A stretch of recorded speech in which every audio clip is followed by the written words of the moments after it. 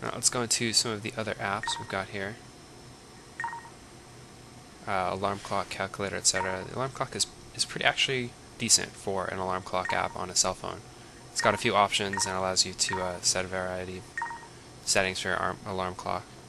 So it's not just time, but it's also what kind of alarm clock. Do you want to play a music file?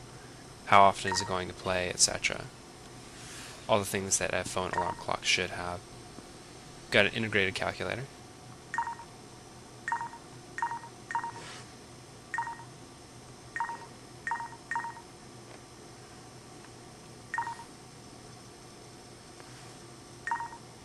That's about what you'd expect. And you have a unit converter, which is especially useful. Anyone familiar with OS X widgets knows that a lot of these small apps are very similar to the default widgets on that. Probably somewhat similar to what you'll find on the iPhone.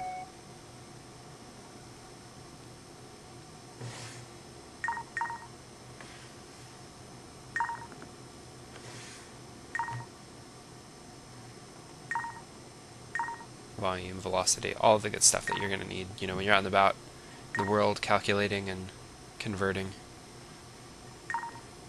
And you got your calendar app, which is actually, this is one of the slickest calendar apps I've seen on a small device in a while, and I think that the touchscreen really helps out here.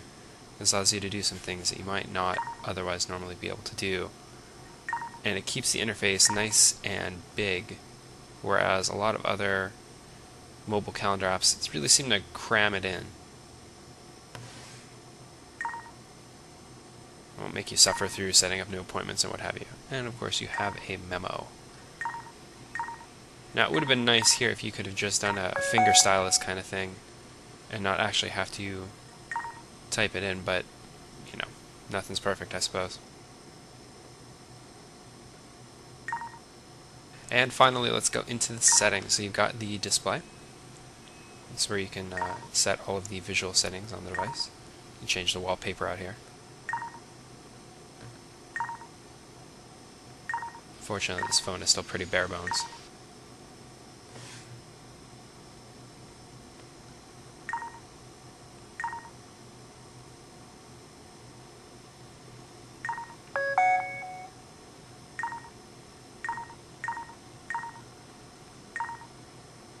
And you can see that the wallpaper just changed out to the one I set it to. Move that clock over just a little bit.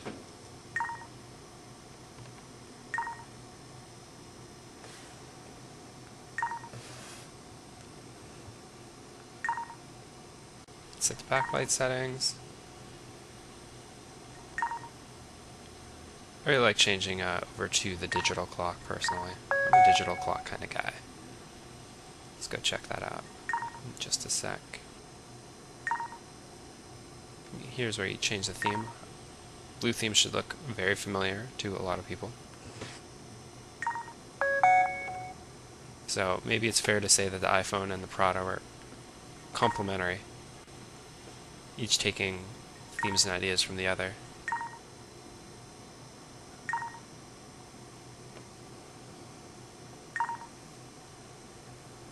And you've got your profiles here. Basically what you'd expect from your everyday phone, or vibrate, etc.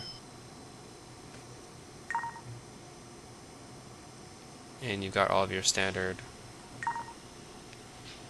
call options in here, including flight mode, which I would hope would be a little bit easier to get to, especially considering that if you've got a Prada phone, it's safe to assume that you're probably doing a fair bit of traveling. Jet setting and all of that.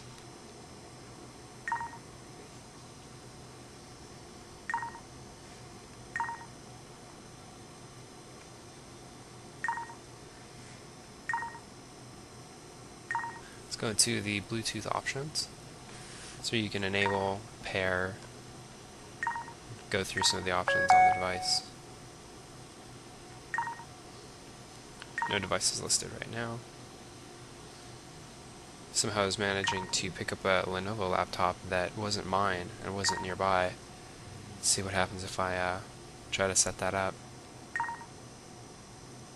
Unfortunately, they didn't have key-free pairing.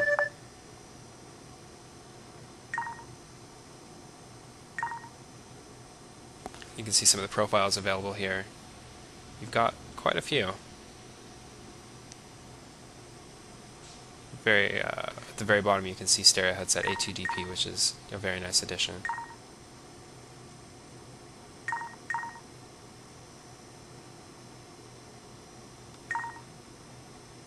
And we can finally go into the SIM service, which I guess doesn't have very much. So now you've got a pretty good idea of what it's like to cruise around the LG Prada Phone. It's got a very slick interface. You know, the touchscreen is not unbelievably good, especially considering since it has kind of a glassy surface that you don't get even just that minor bit of touchscreen feedback that you normally get on a traditional touchscreen phone with the plastic film on there. But still, I mean, it's definitely an interesting experience to use, and I'm highly looking forward to comparing this device to the other major touchscreen device which is coming out in the next couple of months, obviously Apple's iPhone. So thanks so much for watching.